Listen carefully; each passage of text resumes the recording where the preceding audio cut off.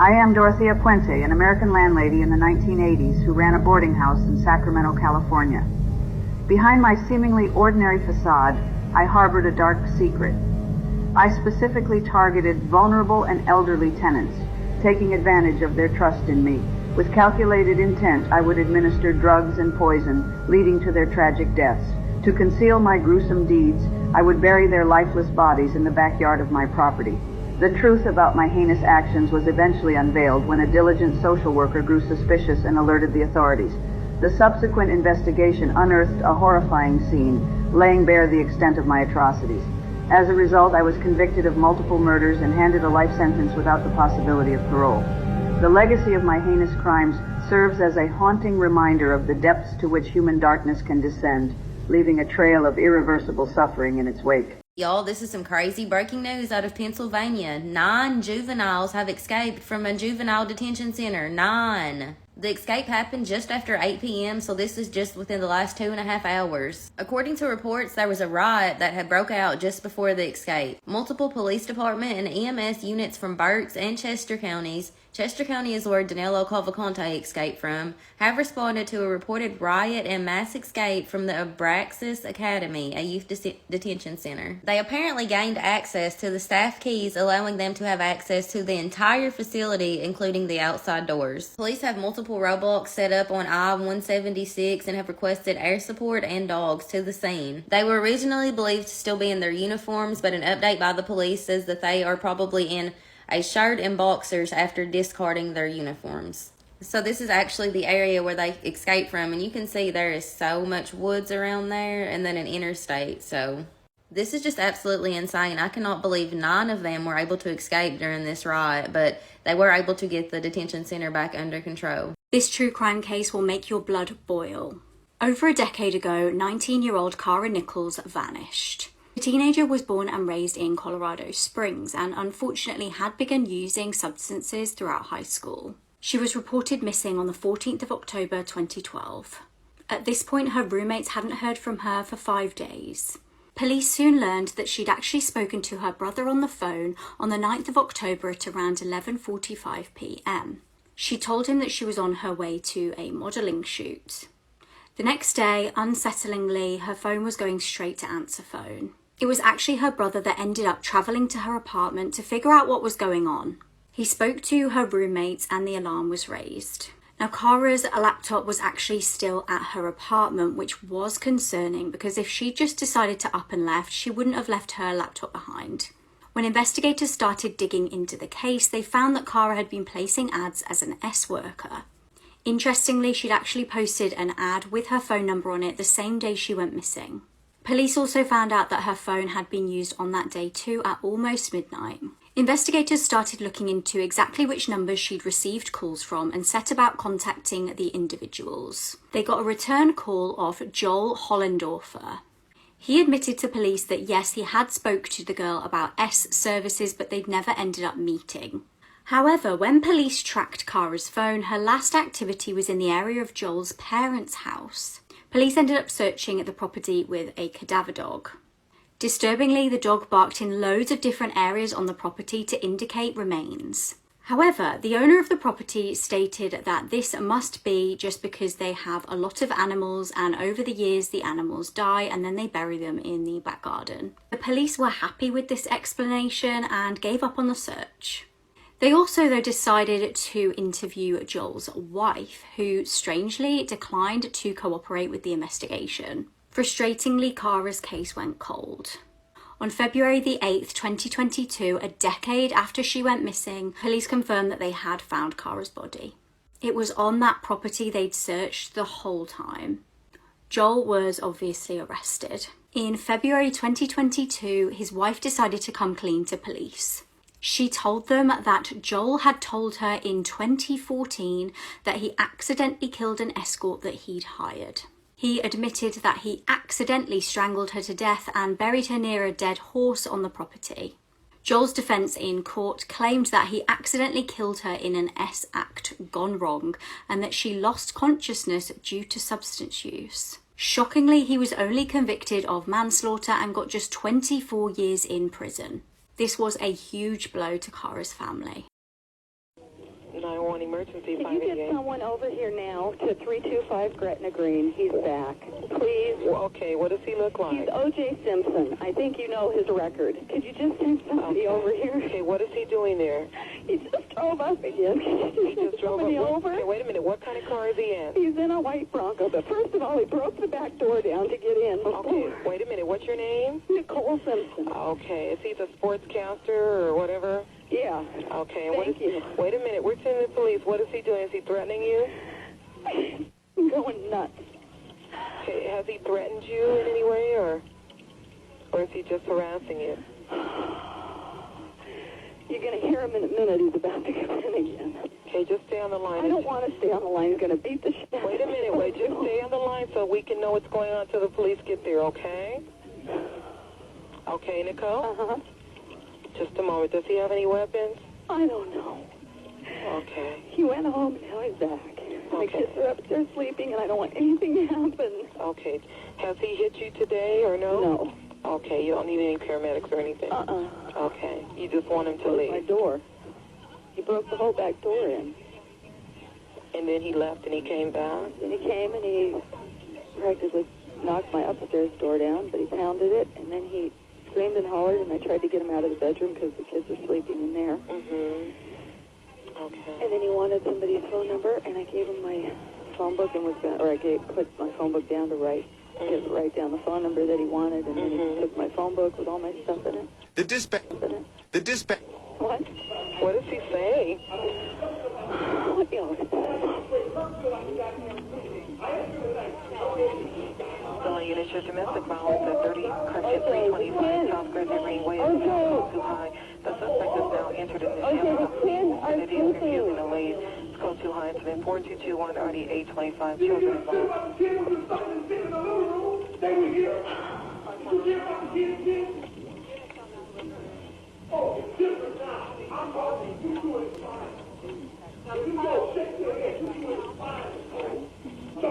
Just stay on the line, okay?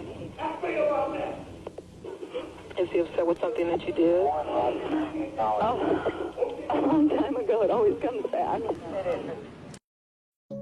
What's up, everybody? All right, you guys. So we know that former NFL player Sergio Brown is still missing. And we know that sadly his mother was found dead in a creek behind her home. So overnight, there has been a few updates in the Sergio Brown disappearance. So yesterday we discussed that police did classify Murder Brown's death as a homicide. We now know that she did die from multiple injuries resulting in trauma. So that's what led to police classifying this as a homicide investigation. So Sergio is still missing, but we know that Sergio and Murder were last seen together on Thursday. Now neighbors have come forward and they are helping police with this investigation and they are helping with the timeline. We learned that the police have been called to the home of Sergio and his mother on multiple occasions.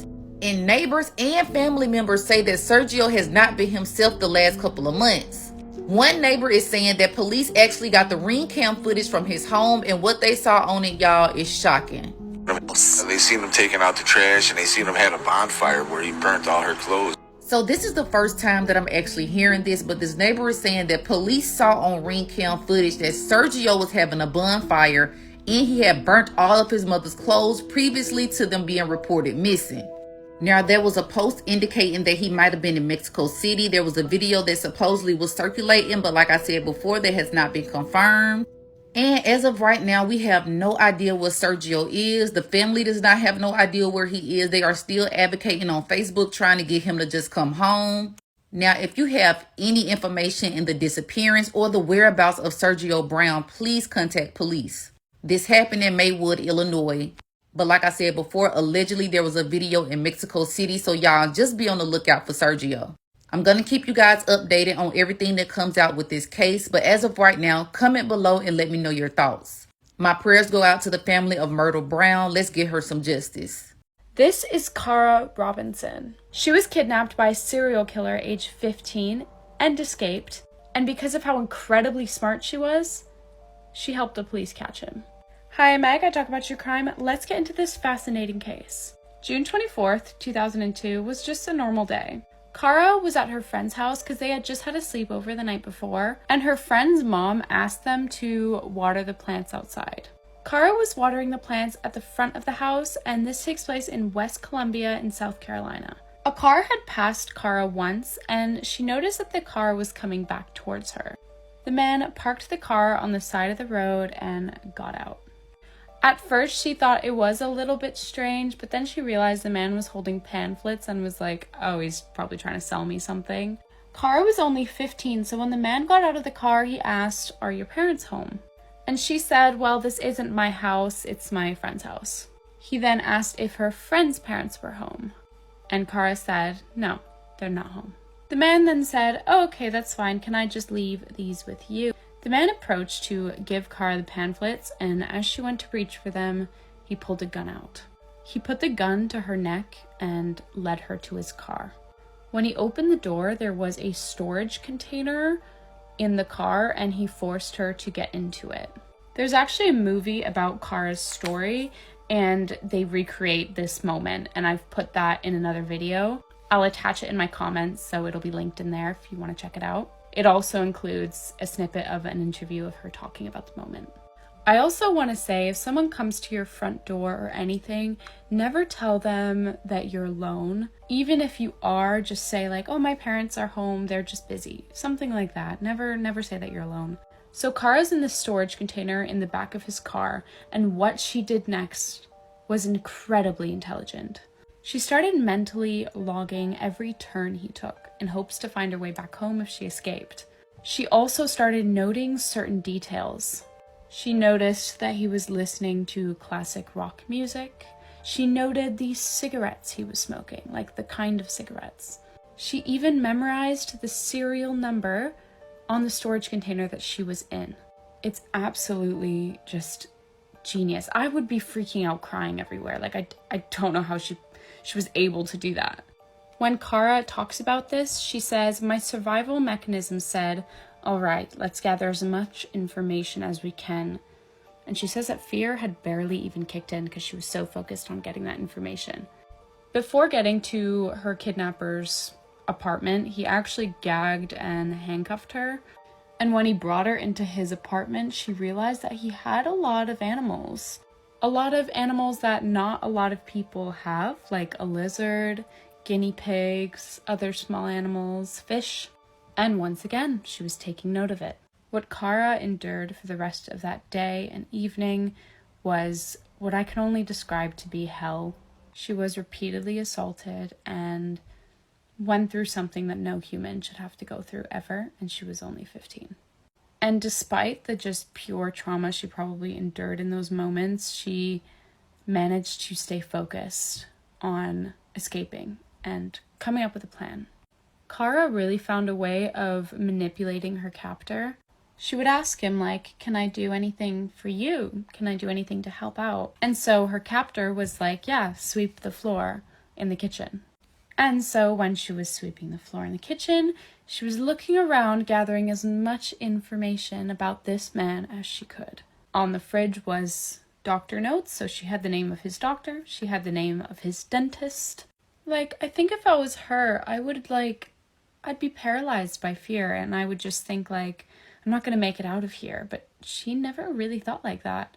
She was in full like survival mode. How am I gonna get out of here? She managed to get her captor's trust in a matter of hours almost. He probably thought that he had chosen a super easy victim, but little did he know, he messed with the wrong girl.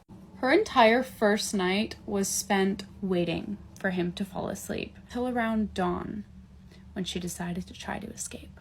Kara managed to wiggle one of her hands out of the handcuffs, and it's with that hand that she was able to untie her leg restraints.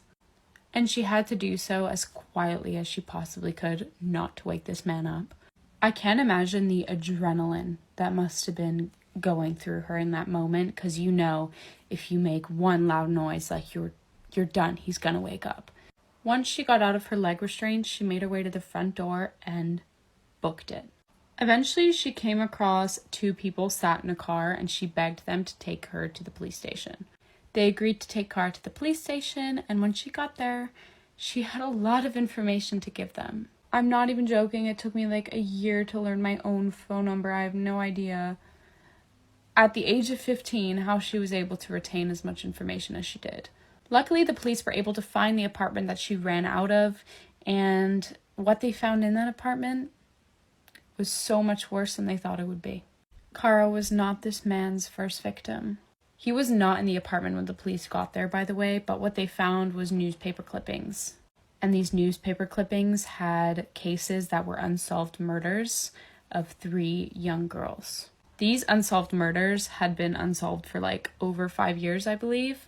And that's when it suddenly hit the police that they were dealing with a serial killer. You're probably wondering, Meg, who was the serial killer? His name was Richard Ivanitz, a serial killer who had killed at least 3 young girls. And the families of those 3 young girls never thought that they'd get closure or find out what happened. And it's crazy to think that if Kara hadn't been as smart as she was, she might have ended up like those girls. And God knows how many more girls would have fallen victim to this man, and who knows if he would have ever been caught in the first place. Police did eventually track Richard down, and there was a bit of a car chase, but then Richard turned his gun to himself, and he ended his own life. Kara received $150,000 for helping solve these murders that could have gone forever unsolved, and she was able to meet the family of the victims. She helped give them closure and helped them move on. Kara is a very inspirational person. I have watched quite a few of her interviews. She is a dedicated victims advocate, a public speaker, an author, an executive producer, and she's even here on TikTok, I believe. So if you somehow end up watching this, I hope that I did your story justice, and I just want to say that you were, like I said, extremely inspirational. I also want to say that I never mean any disrespect when covering these cases. I think that her story deserves to be told and deserves to be heard by everyone because she's so smart. Here's her now, here's her family. It's so nice to see someone who's overcome her trauma. I mean, I can't imagine that it ever goes away, but she's a very successful woman who has used her experience to help others, and I really respect that. Anyways, that is the story of Kara Robinson Chamberlain, I think is her full name now. If you want to see the recreation of the kidnapping scene to get a better idea, I will post that directly after this video, and it'll be pinned in the comment section. Also, don't forget to follow me on here if you're not already. I post a bunch of true crime videos. And turn your notifications on so you get notified every time I post a new one. I also have a newish Instagram, and I feel like nobody follows me on there and it's a bit awkward, so please follow my Instagram. Let me know what case you guys want me to cover next, and I'll see you there. Bye! At least 2 of the victims in the Idaho murder case attempted to fight off the murderer on the night they were stabbed to death, according to their family members in a new interview with 48 Hours. In the interview, the parents of Kaylee Goncalves and Xana Kernodle said that they attempted to escape their killer by fighting him off. Kaylee's father, Steve, said that the coroner determined that Madison Mogen died first, followed by his daughter. Kaylee and Madison had been lifelong best friends, and they were sleeping in Kaylee's bed together that night. Steve Goncalves said, "There's evidence to show that she awakened and tried to get out of that situation." Kaylee's parents believe that her inability to get out of the situation was due in large part to the fact that she was basically cornered by the murderer. Kaylee's mother, Christy, said the bed was up against the wall, the headboard was touching the wall, and the left side of the bed was touching the wall, and we believe that Maddie was on the outside and Kaylee was on the inside. The way the bed was set up, she was trapped. Christy Goncalves also said that she believes the killer only intended to murder 1 victim, not 4. Kaylee's parents also believe that Bryan Kohberger had been to the house before and said that they have evidence that shows he followed both Kaylee and Madison on their Instagram accounts. As a reminder, Kohberger's defense team has previously denied in court filings that there was any connection between Kohberger and the murder victims. In his interview with 48 Hours, Xana's father, Jeffrey, said that he believes his daughter also tried to fight off her killer. The episode of 48 Hours with these interviews will air this Saturday, and from that we will likely learn some more about the case. So stay tuned. Breaking news, an entire family, including their pets, have been found deceased and the suspect is still at large. This crime takes place in Romeoville, Chicago. Concerned family members called authorities when the victims did not report to work at 6 a.m. on Sunday. Additionally, they did not reply to any messages. When authorities arrived at the home around 8:40 a.m. to do the welfare check, they found the mother, father, and 2 children deceased. In addition, they said the family's dogs were also found deceased inside of the home. Authorities said they believe the crime occurred between 9 p.m. on Saturday and 5 a.m. on Sunday. At a press conference on Monday, authorities said they do not believe that this is part of a... They said, quote, "Right now we are investigating this as a murder." Furthermore, they also said they do not believe the surrounding community is at risk. They said, quote, "Due to the time frame that has gone by, more than 18 hours from the time they were contacted, we are not asking anyone to shelter in place. We are not actively looking for anyone in the area." At this time, they have not provided any further details, but I'll keep you updated. What do you guys think? Drop in the comments. The show on Apple TV was called Blackbird. It just came out last year. It's about a real story about a guy who, what his tactic would be is he murdered a lot of people, but he would say to the police, "Oh, I murdered that girl in that county. I'm confessing to it." But then they would go through the research and be like, "No, you couldn't have possibly." But he would cop to it, and then the cops would be like, "He did that like 5 times." And they'd be like, every county he was investigating, they'd be like, "That's what he does. He confesses to murders. He's a bullshitter." But he really was killing people. He was confessing to false ones so he could get away with the real ones. Holy wild. Basically what happens is based on a true story. This guy, he gets convicted 10 years in prison for gun charges, and he was a good con man, right? This is all real. So the FBI wants to pin guy with the mutton chops, Hauser. They want to pin, Larry Hall is his name in real life. They want to pin murders on him. They know that they've kind of caught up to his game now. They know that he lies about murders here to commit murders here. They know it, but they got to get him to confess to one of these murders because they found the girl's body, because he was killing kids, like 14-year-old girls, like brutal shit, raping them,